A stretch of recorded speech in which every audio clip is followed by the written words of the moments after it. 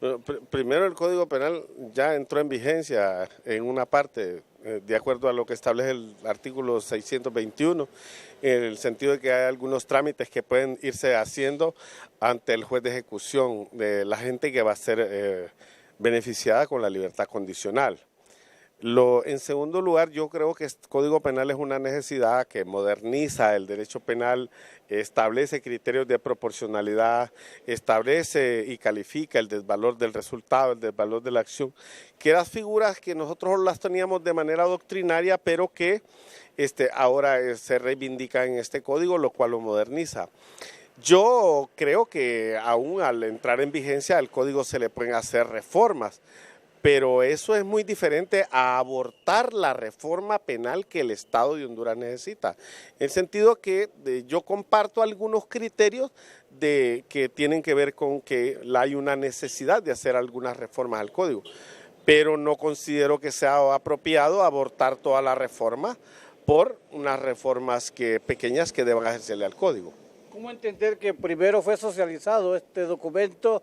Luego, ya cuando está publicado, empiezan a reaccionar aquellos sectores, abogados, especialmente los de la sociedad civil? Bueno, yo creo que ahí primero es la costumbre del hondureño dejar las cosas por último, ¿verdad? Lo otro es que estos sectores de sociedad civil no son representativos en las generalidades de la población.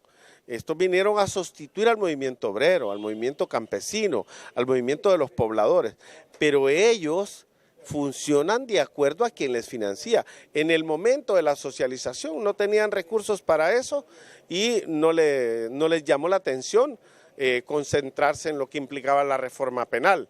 Me parece que hay cierto descuido de parte de ellos, porque sí recuerdo que hubo un proceso de socialización y a los que tenemos interés en el tema penal hemos tenido acceso desde que estaba el anteproyecto de revisar el código y de ver las novedades que tiene.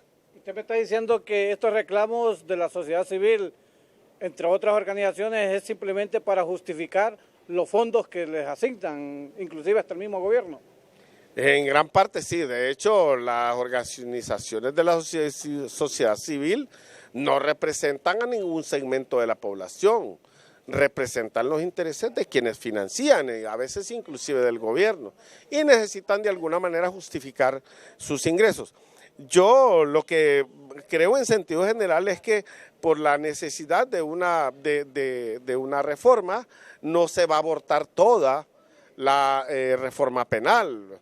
Echemos a andar el Código Penal y en la medida de que valoremos si causa más perjuicio que beneficio, se pueden ir haciendo las reformas respectivas y siempre tendríamos la posibilidad de tener un Código Penal moderno.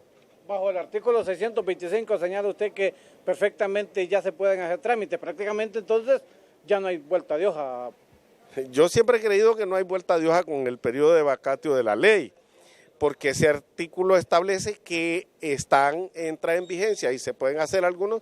Antes de que entre en vigencia el código ya se pueden ir haciendo los trámites de libertad condicional de las personas que al 11 de noviembre ya tienen derecho a que se les revise su situación de privados de libertad y obtener la libertad condicional.